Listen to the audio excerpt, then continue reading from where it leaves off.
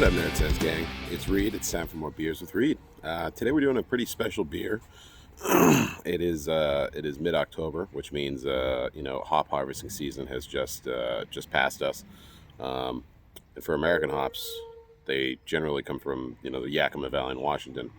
So I was fortunate enough to make a trip out to Treehouse last Friday, just a few days ago.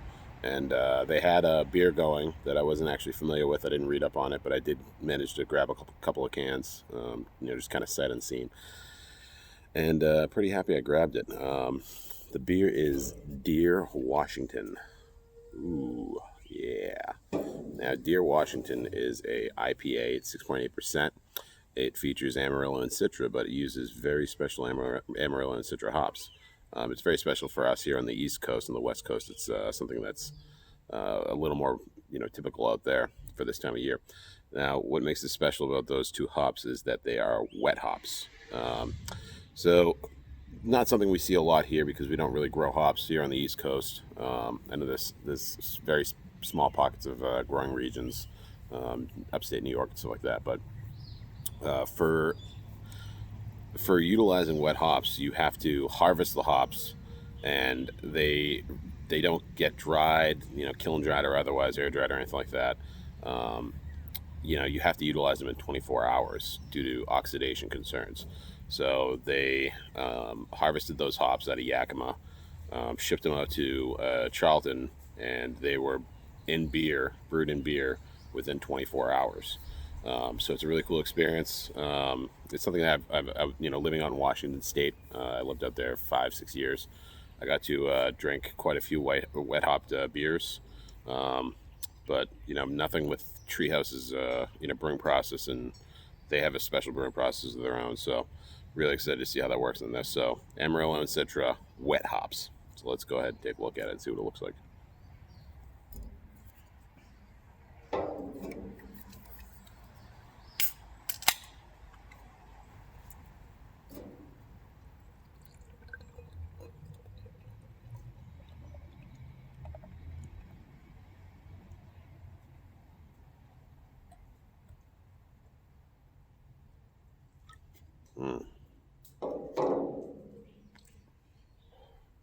Look at that beer. It's got that classic Treehouse, nice foamy, dense head.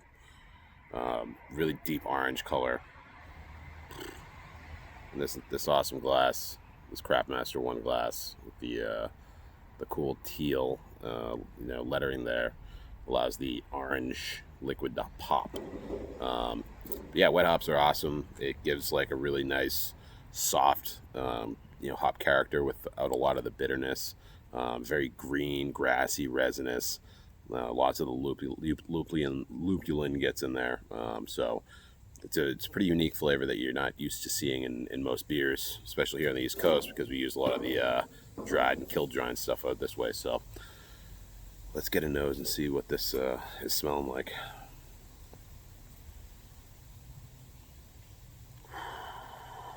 Wow, really, really intense character. It smells like a Citra Amarillo beer, but it's so dank. It's very, very, very juicy and dank, resinous, lots and lots of hop character.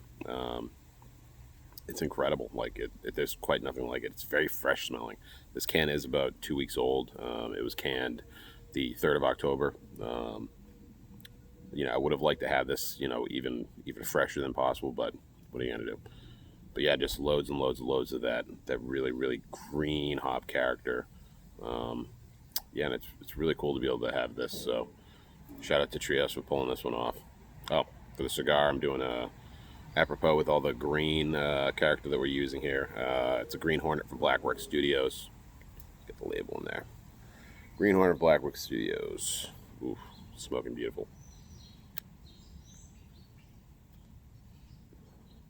I'm hoping the citrus characteristic, the grapefruit from the Amarillo, and the the orange from the Citra contrast nicely with it. So, all right, I'm done talking. I'm gonna take a whack of this, and we'll see what it's doing. Salute.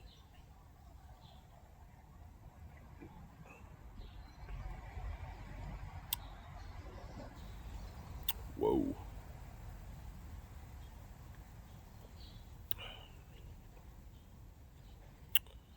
really wish I bought more of this.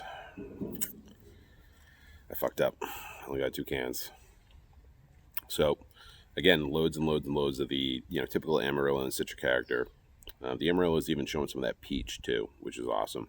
And the Citra showing just juicy, juicy orange. Getting some of the grape, the really juicy ruby red grapefruit. But it's just so, the resiny-ness of it, it's insane.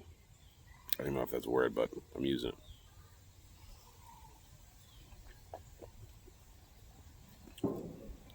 It's very, very soft too, very rounded. Almost no bitterness whatsoever from the hops, which again is kind of the thing with the wet hopping. It's absolutely amazing.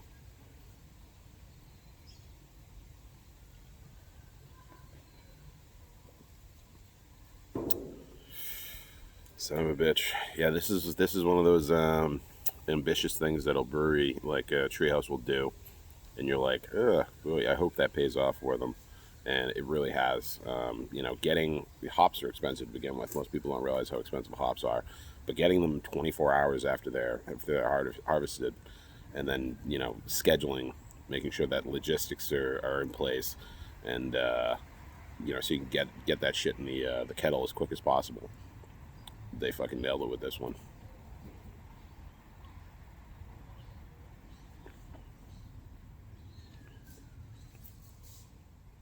Very green, lots of fresh cut grass in there too. Just a nice little roundness to it. It's perfect for a fall day. I love harvest season. It's a shame they'll only be able to do this one once a year.